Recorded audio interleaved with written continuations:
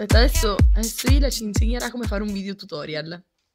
Allora, ciao a tutti ragazzi, sono Ilaria e vi sto parlando perché oggi faremo una cosa bellissima. Allora, il video tutorial di oggi parlerà di una cosa molto importante. Non so se vi siete mai chiesti, ma sicuramente l'avete fatto perché i miei ascoltatori sono tanto intelligenti.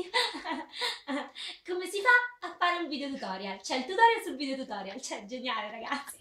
Allora, la prima cosa importante del video tutorial è questo modo di parlare. È fondamentale che voi abbiate una cadenza, non lo so dire come, però insomma così, cioè deve essere tipo una cantilena, tipo così, no? Ciao a tutti, questo è il video tutorial, tutti i video tutorial cominciano così ragazzi, è la chiave del successo.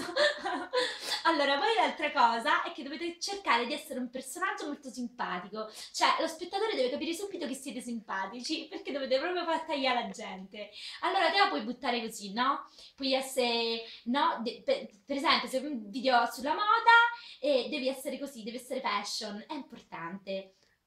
Se invece tipo è una cosa sui videogiochi, puoi buttarla sul volgare, tipo "Oh, ciao raga, oggi facciamo un bel tutorial, vi faccio vedere un po' che cosa ci abbiamo sto nuovo gioco, GTA Sant'Andreas, ciao ragazzi, fatta ieri, troppo figo, è importante ragazzi, perché la cosa più importante è che voi utilizziate comunque un gergo, cioè un gergo giovanile che il ragazzo di fronte si deve sentire che tu sei tipo suo fratello, capito? Cioè deve essere una cosa così, va bene? Bravi ragazzi! Altra cosa fondamentale, se siete donne, è importantissima la scollatura. Non importa se non avete tette, però il reggiseno imbottito e la scollatura così fa.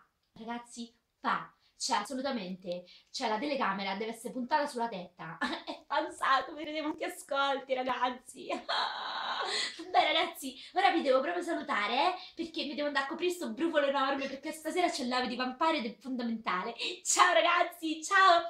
Tanti baci!